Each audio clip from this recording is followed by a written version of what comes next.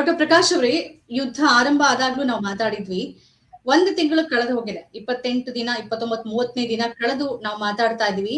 2-3 ವಾರ ಹೋಗ್ಬೋದು. ಆ ನಂತರದಲ್ಲಿ ಹೇಗಾದ್ರೂ ಶಾಂತಿ ಮಾತುಕತೆಗಳಾಗತ್ತೆ, ಒತ್ತಡ ಬರುತ್ತೆ ಅಂತ ಅಂದ್ಕೊಂಡಿದ್ವಿ. ಆದ್ರೆ ಆ ನಿಟ್ಟಿನಲ್ಲಿ ಹೋಗ್ತಾ ಇಲ್ಲ.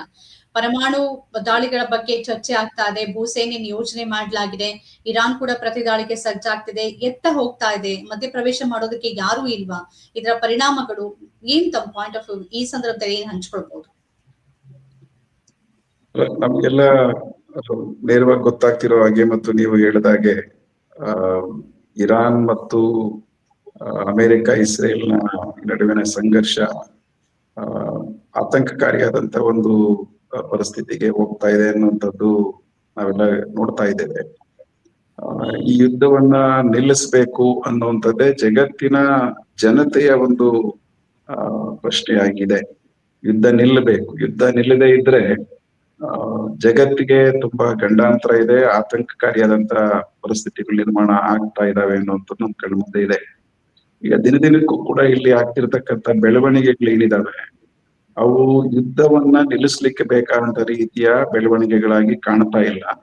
ಯಾಕೆ ಅಂತಂದ್ರೆ ಅಮೆರಿಕದ ಟ್ರಂಪ್ ಪದೇ ಪದೇ ಹೇಳ್ತಿರ್ತಕ್ಕಂಥ ಮಾತುಗಳು ಮತ್ತು ಅವರು ಮಾತು ಮತ್ತು ನಡವಳಿಕೆ ನಡುವೆ ಇರ್ತಕ್ಕಂಥ ವ್ಯತ್ಯಾಸ ಎಲ್ಲ ಕಾಲಕ್ಕೂ ನಾವು ಗಮನಿಸ್ತಾ ಬಂದಿರುವಂತ ವಿಚಾರ ಆಗಿರೋದ್ರಿಂದಾಗಿ ಯುದ್ಧವನ್ನು ನಿಲ್ಲಿಸಬೇಕು ಅಂತಕ್ಕಂಥ ಒಳ ಆಶಯ ಅಮೆರಿಕಕ್ಕೆ ಇಲ್ಲ ಅನ್ನೋದನ್ನ ನಾವು ಗಮನಿಸ್ತಾ ಇದ್ದೇವೆ. ಇದರಲ್ಲಿ ಬಹಳ ಮುಖ್ಯವಾಗಿ ಅಮೆರಿಕದ ಒಳಗಡೆಯಲ್ಲಿ ಬೃಹತ್ ಪ್ರಮಾಣದ ಜನ ಚಳುವಳಿಗಳು ಆರಂಭ ಆಗಿದ್ದಾವೆ.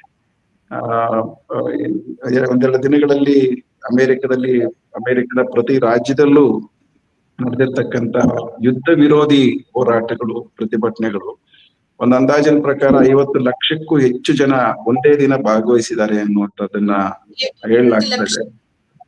ನೋ ಕಿಂಗ್ಸ್ ಚಳವಳಿಯಲ್ಲಿ 80 ಲಕ್ಷ ಅನ್ನೋದು ಒಂದು ರಿಪೋರ್ಟ್ ಯಾವ್ದೋ ಓದ್ತಾ ಇದ್ದೆ ನಾನು, ಪ್ರಕಾಶ್ ಅವರು. ಸೊ ಹೀಗಾಗಿ ಅಮೆರಿಕದಲ್ಲೂ ನಡೆದಿದೆ ಮತ್ತು ಅಮೆರಿಕದ ಮಿತ್ರ ರಾಷ್ಟ್ರಗಳಲ್ಲೂ ಕೂಡ ಈ ಚಳವಳಿ ನಡೆದಿದೆ ಅನ್ನುವಂಥದ್ದು ಅದರ ವಿಸ್ತಾರವನ್ನು ತೋರಿಸ್ತಾ ಇದೆ. ನೋ ಕಿಂಗ್ಸ್ ಅನ್ನುವಂಥದ್ದು ಇದು ಅಮೆರಿಕಕ್ಕೆ ಎಚ್ಚರಿಕೆ ಆಗ್ಬೇಕು. ಆದ್ರೆ ಸಮಸ್ಯೆ ಏನಾಗಿದೆ, ಅಮೆರಿಕ ಈ ಯುದ್ಧವನ್ನ ಇಸ್ರೇಲ್ಗಾಗಿ ಮಾಡ್ತಿದೆ ಅನ್ನುವಂತ ಅಂಶ ಬಹುತೇಕ ನಮ್ಗೆಲ್ಲರಿಗೂ ಗೊತ್ತಿರುವಂತದ್ದು.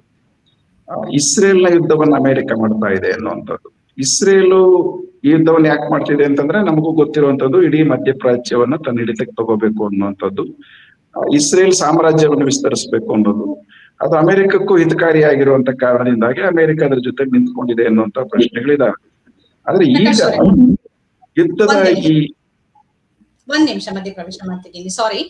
ನಾವ್ ಇಲ್ಲಿ ತನಕ ಹಾಗೆ ಅನ್ಕೊಂಡಿದ್ವಿ, ಅಂದ್ರೆ ಇಸ್ರೇಲ್ ಕಾರಣಕ್ಕಾಗಿ ಅಮೆರಿಕ ಈ ಯುದ್ಧದಲ್ಲಿ ಅದರ ಒತ್ತಾಯಕ್ಕೆ ಭಾಗಿಯಾಗಿದೆ ಅಂತ. ಅಲ್ಲಿನ ಭಯೋತ್ಪಾದನಾ ನಿಗ್ರಹ ದಳದ ಮುಖ್ಯಸ್ಥರ ಹೇಳಿಕೆನೂ ಅದೇ ಆಗಿತ್ತು. ಆದ್ರೆ ಟ್ರಂಪ್ ಅವರ ಹೇಳಿಕೆ ಇದೆಯಲ್ಲ, ನನಗೆ ಅಲ್ಲಿನ ಯುರೇನಿಯಂ ಮತ್ತು ನನಗೆ ಅಲ್ಲಿನ ತೈಲ ಬೇಕು ಅಂತ.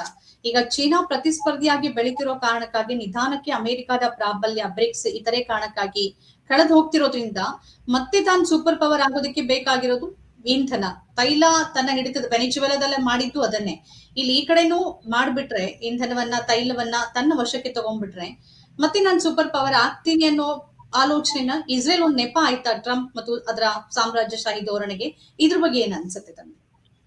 ಕರೆಕ್ಟ್ ಇದೆ. ಅದು ಇಸ್ರೇಲ್ ಯುದ್ಧನ ಮಾಡ್ತಿದೆ ಅಂತಂದ್ರೆ ಇಸ್ರೇಲ್ ಮತ್ತು ಅಮೆರಿಕ ಒಂದಾಗೆ ಇದಾವೆ ಅನ್ನುವಂತ ಕಾರಣಕ್ಕಾಗೇನೆ ಇಸ್ರೇಲ್ನವನ್ನ ಅಲ್ಲಿ ಮಧ್ಯಪ್ರಾಚ್ಯದಲ್ಲಿ ಬಲಿಷ್ಠ ಮಾಡಿದಷ್ಟು ಕೂಡ ಇಡೀ ಪ್ರದೇಶವನ್ನ ಇಸ್ರೇಲ್ ಮುಖಾಂತರ ಅಮೆರಿಕ ನಿಯಂತ್ರಣ ಮಾಡ್ಬೋದು ಅನ್ನುವಂಥದ್ದು ಅದರ ಮೊದಲಿಂದ ಇರ್ತಕ್ಕಂಥ ಸಾಮ್ರಾಜ್ಯಶಾಹಿಯ ಧೋರಣೆ, ಅದು ವ್ಯೂಹ ಅದವ್ರದ್ದು. ಹಾಗಾಗಿ ಅದ್ ಮಾಡ್ತಿದೆ. ಹೀಗಾಗಿ ನೇರವಾಗಿ ಈಗ ಅಮೆರಿಕ ಇದ್ರೊಳಗಡೆ ತೊಡಗಿಸ್ಕೋಬೇಕಂತ ಪರಿಸ್ಥಿತಿ ಬಂದಿದೆ. ಯಾಕೆ ಅಂತಂದ್ರೆ ಅವ್ರು ನಿರೀಕ್ಷೆ ಮಾಡ್ದಂಗೆ ಇರಾನ್ ಶರಣಾಗ್ಬಿಡ್ತದೆ ಅನ್ನುವಂತ ಅವ್ರ ನಿರೀಕ್ಷೆ ಪೂರ್ತಿಯಾಗಿ ಸುಳ್ಳಾಗಿರೋದ್ರಿಂದಾಗಿ ಈಗ ಅವರಿಗೆ ತಮ್ಮ ಪ್ರತಿಷ್ಠೆಯನ್ನು ಉಳಿಸ್ಕೋಬೇಕು ಮತ್ತು ತಮ್ಮ ಸಾಮ್ರಾಜ್ಯಶಾಹಿ ಹಿತಾಸಕ್ತಿಯನ್ನು ಕೂಡ ಕಾಪಾಡ್ಕೋಬೇಕು ಅನ್ನೋ ಹಿನ್ನೆಲೆಯಲ್ಲಿ ಈಗ ನೆಲ ಸೈನ್ಯವನ್ನ ಪ್ರವೇಶ ಮಾಡ್ಬೇಕು ಅನ್ನುವಂತ ಪ್ರಯತ್ನ ನಡೆಸ್ತಿದ್ದಾರೆ. ಆದ್ರೆ ಇರಾನ್ ಅದಕ್ಕೆ ಕೊಡ್ತಿರ್ತಕ್ಕಂಥ ಪ್ರತಿಕ್ರಿಯೆ ಇದೆಯಲ್ಲ, ಅದು ಅಮೆರಿಕ ಎಚ್ಚರಿಕೆಯಿಂದ ಯೋಚನೆ ಮಾಡ್ಬೇಕಂತ ಪರಿಸ್ಥಿತಿ ಇದೆ. ಒಂದು ವೇಳೆ ಅವರು ಬಂದಂತ ಸಂದರ್ಭದಲ್ಲಿ ಅದು ಯುದ್ಧವನ್ನ ಮತ್ತಷ್ಟು ಎಸ್ಕಲೇಟ್ ಮಾಡತಕ್ಕಂತ ಒಂದು ಪ್ರಯೋಗವಾಗಬಹುದೇ ಹೊರತು ಯುದ್ಧವನ್ನ ಕಡಿಮೆ ಮಾಡ್ಲಿಕ್ಕೆ ಖಂಡಿತ ಸಾಧ್ಯ ಇಲ್ಲ. ಈಗಾಗ್ಲೇ ಇರಾನ್ ಅದನ್ನ ಸ್ಪಷ್ಟವಾಗಿ ನಿರೂಪಿಸಿದೆ. ವೆನಿಜುವೆಲಾನ ಪೂರ್ತಿ ಕಂಟ್ರೋಲ್ ತಗೊಂಡಂಗೆ ಇರಾನ್ ತಗೊಳಕ್ ಆಗಲ್ಲ ಅನ್ನುವಂಥದ್ದು ಗೊತ್ತಾಗಿದೆ. ಗೊತ್ತಾದ್ಮೇಲೂ ಕೂಡ ಈಗ ಈ ಅಮೆರಿಕದ ಒಳಗಡೆಯಲ್ಲಿ ಟ್ರಂಪ್ ಜೊತೆಲಿರ್ತಕ್ಕಂತ ಅವರ ಸಲಹೆಗಾರರು, ಅವರ ಮಂತ್ರಿ ಮಂಡಲ ಇವೆಲ್ಲ ಇದೆಯಲ್ಲ, ಇವರೆಲ್ಲ ಬಹುತೇಕ ಯುದ್ಧಕೋರರವರು. ಅವರು ಅಮೆರಿಕದ ಮಿಲಿಟರಿ ಇಂಡಸ್ಟ್ರಿಯಲ್ ಕಾಂಪ್ಲೆಕ್ಸ್ಗಳ ಮಾಲೀಕರುಗಳಿದ್ದಾರೆ ತುಂಬಾ ಜನ. ಅದರಲ್ಲಿ ಬಂಡವಾಳ ಹೂಡಿರುವಂತವ್ರು ಇದ್ದಾರೆ. ಹಾಗಾಗಿ ಜಾಗತಿಕ ಯುದ್ಧ ಶಸ್ತ್ರಾಸ್ತ್ರಗಳನ್ನು ತಯಾರು ಮಾಡ್ತಕ್ಕಂಥ ಕಂಪನಿಗಳ ಮಾಲೀಕರು, ಅದರಲ್ಲಿ ಷೇರುದಾರರು ಸಾಕಷ್ಟು ಜನ ಇವರೆಲ್ಲ ಅವರೇ ಆಗಿರೋದ್ರಿಂದಾಗಿ ಸಹಜವಾಗಿನೇ ಇಂಥ ಯುದ್ಧ ದಾಹ ಅನ್ನುವಂಥದ್ದು, ಯುದ್ಧ ಕೋರತನ ಅನ್ನುವಂಥದ್ದು ಅವರ ಸಂಸ್ಕೃತಿಯಲ್ಲೇ ಬಂದಿರತಕ್ಕಂತ ಒಂದು ಪ್ರಶ್ನೆ ಆಗಿರೋದ್ರಿಂದಾಗಿ ಅವರು ಆ ಯುದ್ಧ ದಾಹವನ್ನ ಇವತ್ತು ಪ್ರದರ್ಶನ ಮಾಡ್ತಿದ್ದಾರೆ. ಆದ್ರೆ ಪ್ರಾಬ್ಲಮ್ ಇರುವಂತದ್ದು ಇತ್ತೀಚಿನ ಕೆಲವು ಬೆಳವಣಿಗೆಗಳು ಏನಾಗಿದಾವೆ, ಈಗ ಇರಾನ್ ಇದಕ್ಕೆ ಪ್ರತಿ ದಾಳಿಯನ್ನು ಮಾಡ್ತಿರೋದ್ರಿಂದಾಗಿ ಇಸ್ರೇಲ್ನ ರಾಸಾಯನಿಕ ಕೈಗಾರಿಕೆ ಮೇಲೆ ಅವರು ದಾಳಿ ಮಾಡಿರುವಂತದ್ರ ಹಿನ್ನೆಲೆ ಒಳಗಡೆಯಲ್ಲಿ ಗಮನಿಸಿದಾಗ ಇದು ಮುಂದೆ ಗಂಭೀರವಾಗಿ ಒಂದು ರಾಸಾಯನಿಕ ಯುದ್ಧವಾಗಿ ಮತ್ತು ಅಣ್ವಸ್ತ್ರ ಯುದ್ಧವಾಗಿ ಇದು ಪರಿವರ್ತನೆ ಆಗ್ತಾ ಹೋಗ್ಬಿಟ್ರೆ ಬಹಳ ಅಪಾಯಕಾರಿಯಾದಂತಹ ಸನ್ನಿವೇಶಕ್ಕೆ ಇಡೀ ಜಗತ್ತು ಸಿಕ್ಕಾಕೊಳ್ಳುತ್ತೆ. ಬರೀ ಯುದ್ಧ ಮಾಡ್ತಿರತಕ್ಕಂಥ ದೇಶಗಳು ಮಾತ್ರ ಅಲ್ಲ, ಇಡೀ ಜಗತ್ತು ಇದಕ್ಕೆ ಇನ್ನು ಮತ್ತಷ್ಟು ಅಪಾಯಕಾರಿಯಾಗಿ ಸಿಲುಕೊಳ್ಳುವಂತ ಪ್ರಶ್ನೆಗಳು ಬರ್ತವೆ. ಈಗಾಗ್ಲೇನೆ ತೈಲ ನಿರ್ಬಂಧದಿಂದಾಗಿ ಉಂಟಾಗ್ತಿರತಕ್ಕಂತ ಜಾಗತಿಕ ಹಾಹಾಕಾರ ಏನಿದೆ, ಭಾರತವು ಸೇರಿಸಿ, ಇದರ ಜೊತೆಯಲ್ಲಿ ಜನತೆಯ ಪ್ರಾಣಗಳು ಮತ್ತು ಬದುಕಿನ ಜೀವನದ ಮೇಲೆ, ಇಡೀ ಮಾನವ ಸಂಸ್ಕೃತಿಯ ಮೇಲೆ ದೊಡ್ಡ ಅಪಾಯಕಾರಿಯಾದಂತ ಪರಿಸ್ಥಿತಿ ನಿರ್ಮಾಣ ಆಗ್ಬೋದು ಅನ್ನೋಂತ ಆತಂಕಗಳು ಇದರಲ್ಲಿ ಇದಾವೆ. ಒಮ್ಮೆ ಅದು ಅಣ್ವಸ್ತ್ರದ ಬಳಕೆಗೆ ಪ್ರವೇಶ ತಗೊಂಡ್ಬಿಟ್ರೆ, ಅಥವಾ ಈಗಾಗ್ಲೇ ರಾಸಾಯನಿಕ ಅಸ್ತ್ರದ ಬಳಕೆಗೆ ಅದು ಪ್ರವೇಶ ತಗೊಳ್ತಿರುವಂತ ಇದ್ರೊಳಗಡೆ ನೋಡಿದಾಗ ಇದು ಒಳ್ಳೆ ಬೆಳವಣಿಗೆ ಅಲ್ಲ ಅನ್ನುವಂಥದ್ದು ಒಂದು. ಅದ್ರಲ್ಲಿ ಸಮಸ್ಯೆ ಏನಾಗಿದೆ, ಇವರು ಅಮೆರಿಕ ಈಗ ಪಾಕಿಸ್ತಾನದ ಮುಖಾಂತರ ಇರಾನ್ ಜೊತೆಯಲ್ಲಿ ಮಾತುಕತೆಗೆ, ಅದನ್ನ ಮಧ್ಯಸ್ಥಿಕೆಗೆ ಬಳಸ್ಕೊಳ್ತಿರುವಂತ ಸಂದರ್ಭದಲ್ಲೇನೆ ನಾವು ಗಮನಿಸಬೇಕಾಗಿರೋದು, ಒಂದು ಕಡೆಯಲ್ಲಿ ಶಾಂತಿ ಮಾತುಕತೆಯ ಪ್ರಸ್ತಾಪಗಳು, ಪ್ರಯತ್ನಗಳು ಮಾಡ್ತಾನೇನೆ, ಮತ್ತೊಂದು ಕಡೆಯಲ್ಲಿ ಗ್ರೌಂಡ್ ಫೋರ್ಸಸ್ ಅನ್ನ ಅಣಿನಿರಿಸುವಂತದ್ದು ಇದೆಯಲ್ಲ, ಅದು ಕೂಡ ಅಪಾಯಕಾರಿಯಾಗಿ ಸಂಭವಿಸ್ತದೆ. ಆವಾಗ ಅಮೆರಿಕದ ಈ ಪ್ರಯತ್ನಗಳು ಪ್ರಾಮಾಣಿಕವಾದದ್ದಲ್ಲ ಅಂತೇಳಿ ಇರಾನ್ ಅದನ್ನ ನಂಬೋದಕ್ಕೆ ಸಾಧ್ಯವೇ ಆಗೋದಿಲ್ಲ. ಹೀಗಾಗಿ ಒಮ್ಮೆ ಇಂಥ ಮಾತುಕತೆಗಳಲ್ಲಿ ಅಪನಂಬಿಕೆಗಳೇ ಪ್ರಧಾನ ಆದಾಗ ಯಾವುದೇ ಶಾಂತಿ ಮಾತುಕತೆಯ ಪ್ರಸ್ತಾಪಗಳು, ಚರ್ಚೆಗಳು ಫಲಪ್ರದ ಆಗೋದಕ್ಕೆ ಸಾಧ್ಯವೇ ಇಲ್ಲ. ಈ ಸಮಸ್ಯೆ ಕೂಡ ಇದ್ರೊಳಗಡೆ ಇದೆ. ಈಗ ಅದ್ರ ಜೊತೆಗೆ ಡಾಕ್ಟರ್ ಪ್ರಕಾಶ್ ಅವರೇ, ಈಗ ಆಕಾಶದಿಂದ ಭೂಮಿ ಮುಖಾಂತರವಾಗಿ ಅಂದ್ರೆ ಭೂಸೇನೆ ಮುಖಾಂತರವಾಗಿ ಹೋರಾಟ ಮಾಡೋದಕ್ಕೆ ಟ್ರಂಪ್ ಏನ್ ಯೋಚನೆ ಮಾಡಿದ್ದಾರೆ, ಅಮೆರಿಕದ ಇಸ್ರೇಲ್ ಅಲ್ಲಿ ಎಲ್ಲವನ್ನ ಹತ್ತಿಕ್ಲಾಗ್ತಿದೆ. ಅಲ್ಲಿನ ಸುದ್ದಿ ಹೊರಗಡೆ ಬರಬಾರ್ದು, ಸಾವು ನೋವು ಕ್ಯಾಶುಯಾಲಿಟಿ ಎಲ್ಲವನ್ನ ಹತ್ತಿಕ್ಲಾಗ್ತಿದೆ, ಯಾವ ಮಾಹಿತಿ ಬರ್ತಿಲ್ಲ. ಆದ್ರೆ ಅಮೆರಿಕ ಹಾಗಲ್ಲ, ಅಲ್ಲೆಲ್ಲವೂ ಒಂದಲ್ಲ ಒಂದ್ ಕಾಲಕ್ಕೆ ಹೊರಗಡೆ ಬರುತ್ತೆ. ನೀವ್ ಹೇಳ್ದಂಗೆ 80 ಲಕ್ಷ ಅಂತ ಒಂದು ಅಂದಾಜಿದೆ. ಅಷ್ಟು ಜನ ಸೇರಿ ಪ್ರೊಟೆಸ್ಟ್ ಮಾಡುವಾಗ ಒಂದ್ ವೇಳೆ ಅವರ ಸೈನಿಕರು ಸಾವಾದ್ರೆ, ಇರಾನ್ ಈಗ ಪ್ರತೀಕಾರದ ಮಾತಾಡಿರೋದು, ಇಲ್ಲಿ ಬಂದವ್ರು ಎಲ್ರು ಶವಪೆಟ್ಟಿಗೆಯಲ್ಲೇ ಹೋಗ್ಬೇಕು ವಾಪಸ್ಸು, ಕೊಲ್ಲಿಯಲ್ಲಿ ಅಲ್ಲಿನ ಮೀನುಗಳಿಗೆ ಆಹಾರ ಆಗ್ಬೇಕು ಅಂತಿರೋದ್ರಿಂದ ಒಂದಷ್ಟು ಸಾವುಗಳು ಸಂಭವಿಸಿದ್ರೆ, ಭೂಸೇನೆ ದಾಳಿ ಆದ್ರೆ ಅದನ್ನ ಅಮೆರಿಕದ ಜನ ಅಷ್ಟು ಸುಲಭವಾಗಿ ಅದನ್ನ ಬಿಡೋದಿಲ್ಲ ಅಂತ ಅನ್ಸುತ್ತೆ, ಅಥವಾ ಟ್ರಂಪ್ ಅವರ ಈ ನಿರ್ಧಾರವನ್ನ ತಡಿಬಹುದು ಅಂತ ಅನ್ಸುತ್ತೆ. ಇದ್ರ ಬಗ್ಗೆ ತಮ್ಗೇನ್ ಅನ್ಸುತ್ತೆ?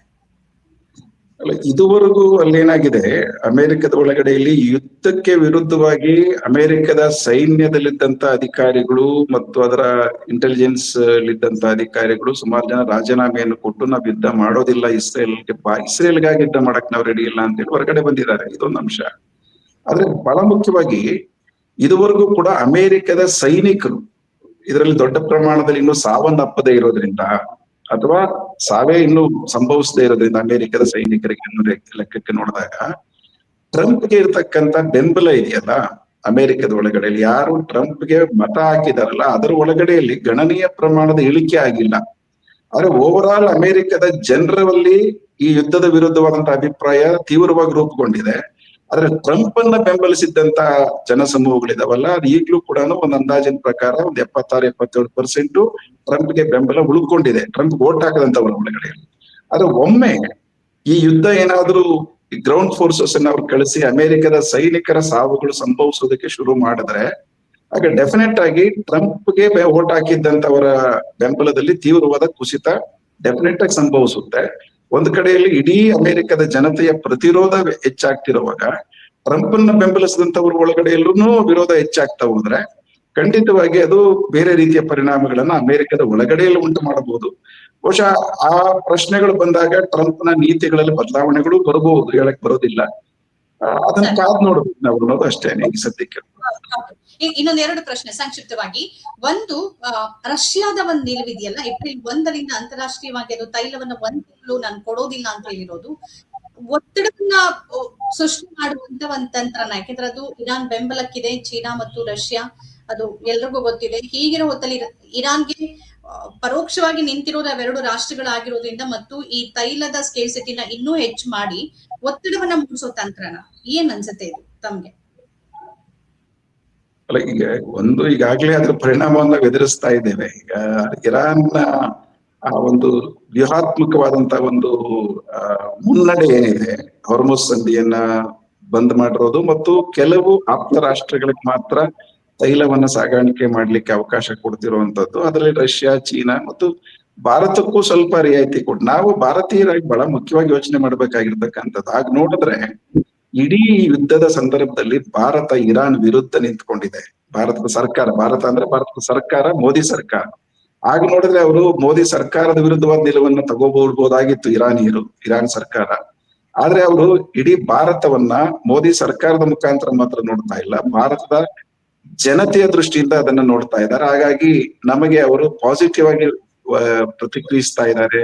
ತೈಲ ಅಥವಾ ಗ್ಯಾಸ್ ಅನ್ನ ಸಪ್ಲೈ ಮಾಡಿ ಕಳಿಸುವಂತದ್ರಲ್ಲಿ ಇದರಲ್ಲಿ ರಿಯಾಯಿತಿಗಳನ್ನು ಕೊಡ್ತಿದ್ದಾರೆ. ಇವೆಲ್ಲವೂ ನಾವು ಯೋಚನೆ ಮಾಡ್ಬೇಕಾಗಿರೋದು. ಹೀಗಾಗಿ ಭಾರತ ಸರ್ಕಾರ ಬಹಳ ಮುಖ್ಯವಾಗಿ ಇರಾನ್ನ ಈ ನಿಲುವನ್ನ ಸರಿಯಾದ ರೀತಿಯಲ್ಲಿ ಅರ್ಥ ಮಾಡ್ಕೋಬೇಕಾಗಿದೆ. ಭಾರತ ಇರಾನ್ ವಿರುದ್ಧವಾದಂತ ನಿಲುವನ್ನ ತಗೊಂಡು ಬಹಳ ತಪ್ಪನ್ನ ಮಾಡಿದೆ. ಜಾಗತಿಕವಾಗಿ ಒಂದು ಗೌರವ ಕಳ್ಕೊಳ್ಳುವಂತ ಕೆಲಸವನ್ನ ಮೋದಿ ಸರ್ಕಾರ ಮಾಡ್ಬಿಟ್ಟಿದೆ. ಇದೊಂದ್ ಕಡೆಯಲ್ಲಿ. ಆದ್ರೆ ಇರಾನ್ ಬಹಳ ಟ್ಯಾಕ್ಟ್ಫುಲ್ ಆಗಿ ಈ ಹೊರ್ಮುಜ್ ಸಂಧಿಯ ನಿರ್ಬಂಧ ಅಥವಾ ತೈಲ ವ್ಯಾಪಾರದ ಪ್ರಶ್ನೆಗಳು ಇವೆಲ್ಲವನ್ನು ನಿರ್ವಹಣೆ ಮಾಡ್ತಿದೆ ಅಂತ ಅನಿಸ್ತದೆ. ಆಗ ನೋಡಿದ್ರೆ ತೈಲ ಬೆಲೆಗಳಲ್ಲಿ ವಿಪರೀತವಾದ ಹೆಚ್ಚಳ ಆಗಿರುವಂತದ್ದು ಇರಾನ್ಗೆ ಒಳ್ಳೇದೇ ಆಗಿದೆ, ಅವರಿಗೆ ಲಾಭ ಜಾಸ್ತಿ ಆಗಿದೆ ಇದ್ರ ಒಳಗಡೆಯಲ್ಲಿ. ಮತ್ತು ರಷ್ಯಾಕ್ಕೂ ಇದು ಸಹಾಯಕಾರಿಯಾಗೇ ಇದೆ ಅಂತೇಳಿ ನಾವು ಭಾವಿಸ್ಬೇಕಾಗಿದೆ. ಯಾಕೆಂದ್ರೆ ಈ ಸಂದರ್ಭದ ಒಳಗಡೆ ಇರಾನ್ನ ಈ ನಿಲುವುಗಳು ರಷ್ಯಾದ ಜೊತೆಲಿ ನಿರ್ಬಂಧಗಳನ್ನ ಅವ್ರು ಹೆಚ್ಚು ಹಾಕೊಳಕ್ ಹೋಗಿಲ್ಲ. ಅಲ್ಲಿ ಸ್ನೇಹ ಸಂಬಂಧಗಳನ್ನೇ ಹೆಚ್ಚು ಪ್ರಕಟಿಸ್ತಾ ಬಂದಿದ್ದಾರೆ. ಅದರಿಂದ ಸಹಜವಾಗಿನೇನೆ ರಷ್ಯಾಕ್ಕೆ ಇದರಿಂದ ಲಾಭ ಆಗ್ತದೆ, ಇರಾನ್ಗೂ ಲಾಭ ಆಗಿದೆ ಇದುವರೆಗೂ. ಮತ್ತು ಭಾರತ ಸರಿಯಾದ ನಿಲುವನ್ನು ತಗೊಂಡ್ರೆ ದೀರ್ಘಕಾಲದಲ್ಲಿ ತೈಲ ಮತ್ತು ಗ್ಯಾಸ್ಗೆ ಸಂಬಂಧಪಟ್ಟಂತೆ ಒಂದು ಭಾರತಕ್ಕೂ ಕೂಡ ಅನುಕೂಲಕರವಾದಂತಹ ಪರಿಸ್ಥಿತಿಗಳು ಇದ್ರೊಳಗಡೆಯಲ್ಲಿ ಉದ್ಭವ ಆಗುತ್ತೆ ಅಂತೇಳಿ ನನ್ಗೆ ಅನಿಸ್ತದೆ. ಪ್ರಕಾಶ್ ಅವರು ಇಷ್ಟೊತ್ತು ಈ ವಿಚಾರದ ಬಗ್ಗೆ ತಮ್ಮ ಪಾಯಿಂಟ್ ಆಫ್ ವ್ಯೂ ನಮ್ಮ ಜೊತೆ ಹಂಚ್ಕೊಂಡ್ರಿ. ಧನ್ಯವಾದಗಳು ನಿಮ್ಗೆ. ನಮಸ್ಕಾರ. Thank you sir. ನಮಸ್ಕಾರ.